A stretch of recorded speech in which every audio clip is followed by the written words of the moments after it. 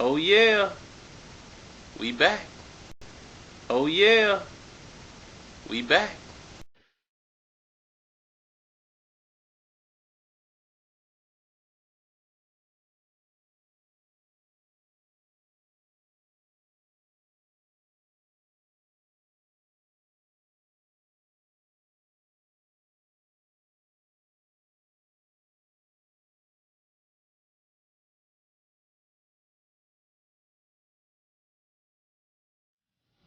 Oh yeah, this is the final show. The final Karceno Strikes Back. Why? It's because I'm gonna do other things similar to this type of show, and we're gonna just take it in different areas. So, and plus we are 20.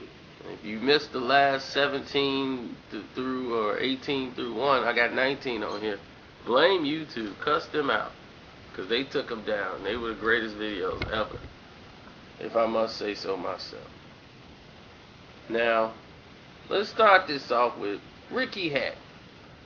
You know, the English people, they know to keep their lads up, number one, and keep them in the press. He's doing pieces and bits, up in hotel rooms. There's only one Ricky Hatton, but there's not only one line for Ricky Hatton.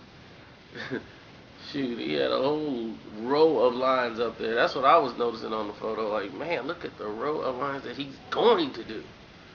He's finna wreck shop. Ain't that? I mean, how depressed are you?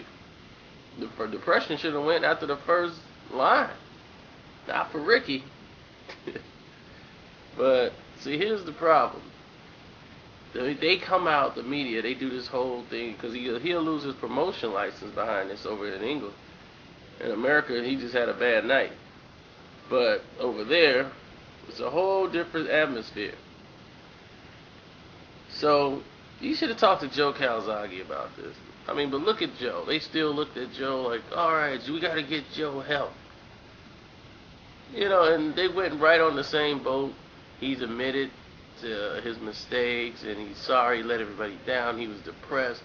So now he's handling the problem, and we should commend Ricky for going to handle the problem. Well, I'm like, he didn't want to handle the problem until he got busted. Look, this is what happened. This is what his manager said. This is a reenactment by Karceno, Ricky Hatton's manager, of his PR, and Ricky going over the statements of what they're gonna make first day this thing hits the air. You read the papers, lad? You see this? Look at this. How could you let this happen? I don't know, but I tell you, I don't want Connor to know. Tell him that his dad was not doing bits in a hotel room. Tell him I was playing with baby powder. How are we gonna clean this up? I don't know. I'm really freaking out. You got any pieces on you? Yeah. Here. Okay. This is what we're gonna say. We're gonna say that you had a problem. You were in depression ever since the loss. When you got knocked out, right? We're gonna say that I know you were a little hurt by the fact that you were knocked out in that fashion, so we could reprint that and we'll run with it, mate. What do you say? I guess I really don't know, to the rest of the world anymore. I really want to just move forward my life and be with Connor and his mom.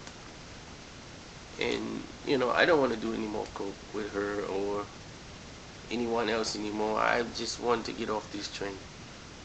Let me get it. Let me get that line. Oh yeah, I want off this train. But I like that. We could do that. And like, how long will I have to be gone? Like, you could be gone for like maybe 3-4 days. I mean, it could be 3-4 weeks. It could be 3-4 months. Who says you're gonna go? When every time somebody checks, we say, oh, Ricky's not here today. He's going on a mental walk. You don't ever have to go like, it's beautiful. Tell you, let us work this. All you do is don't make any statements. We'll interview your mother, we'll interview your friends, we'll throw them on television and tell them how we're glad you're getting help. Trust me, it's gold. Okay, let's do it. And that's what happened. So, that's what really happened behind closed doors, and the rest is just for the public's eye. Now, moving right along, we have Manny Pacquiao. Couldn't be one with a final one without Manny. He's sitting down with Congress. Supposedly this is his job that you guys elected him for. He's sitting around and he's yawning. You guys are trying to elect a new representative for your house. You're yawning and sighing and talking to reporters. It's like a dog and pony show. You're supposed to be there on business. You're supposed to be there to elect somebody.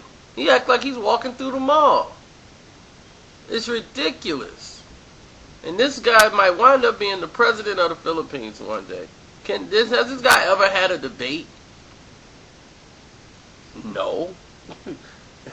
But I can't knock him because we are the ones who elected a foreigner to be the governor of California. Why? Because he was the Terminator. Go figure.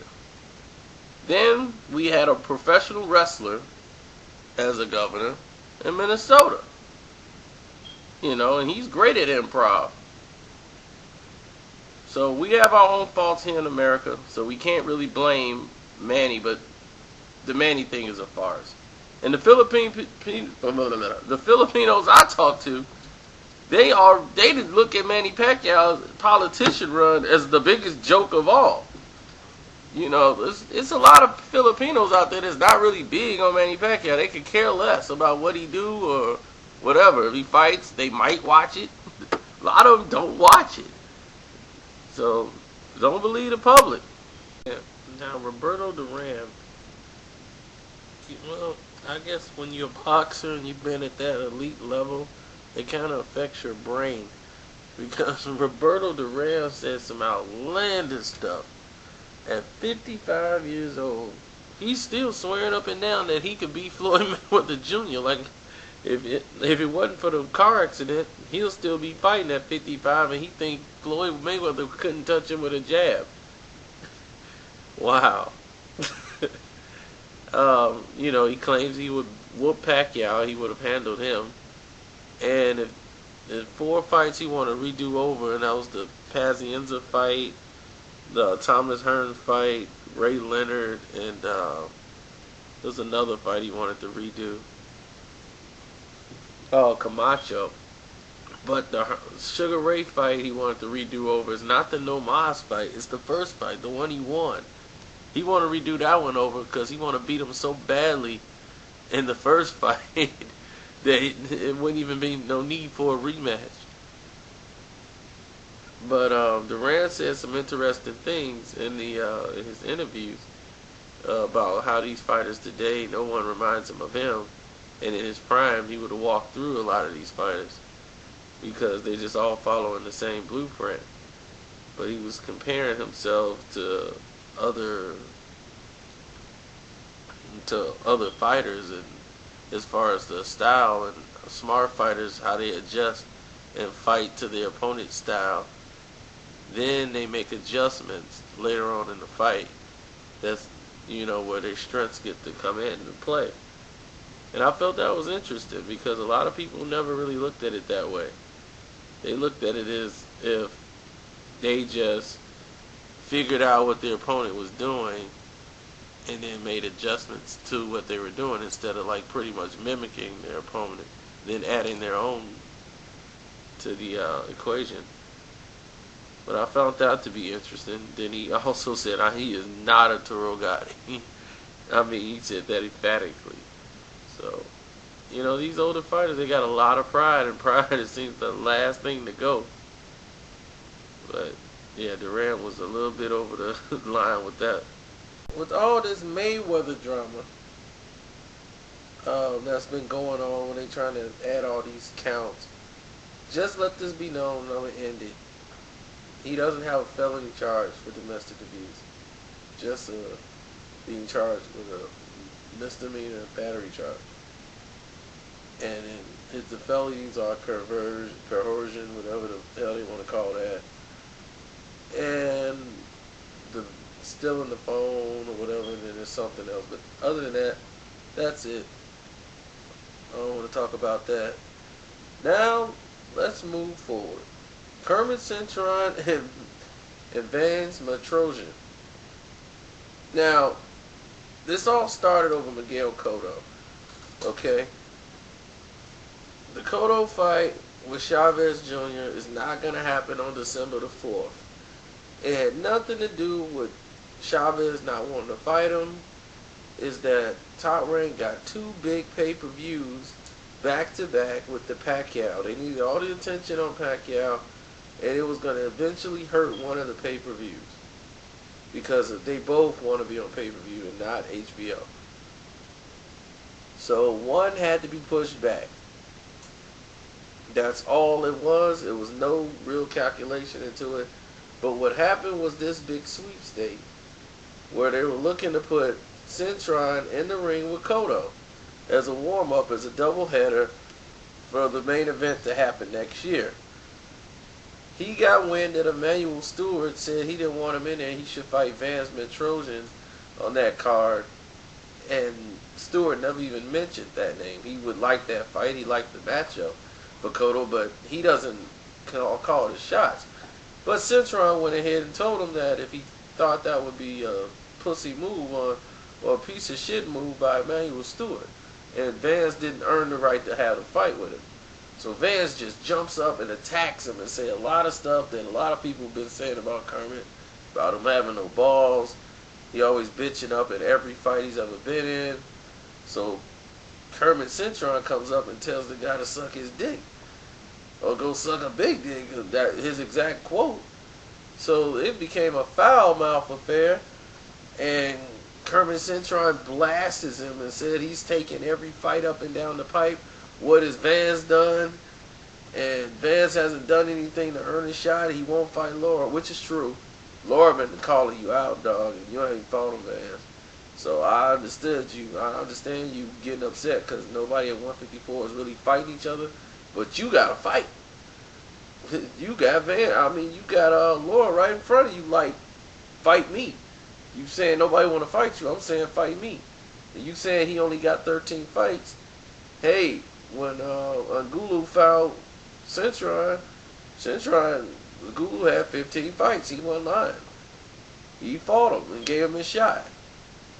So saying they won't do nothing for your career is crazy. You got to fight. It's there. Take it. But can't tell these guys nothing. Alright, I want to thank everybody. This is it. Number 20. We're shutting down. And we're going to do something else greater. And thanks to everybody, all the boxing fans, everybody who subscribed to the other two pages I had that they shut down. Thank you for that and finding me on this one. Thanks for coming here and listening to me talk boxing. I ain't finna keep y'all all day. Just wanted to get some stuff out there to you. And be safe. We're going to have other videos popping up. But it just won't be called Karceno Strikes Back. Peace. Oh yeah. We back.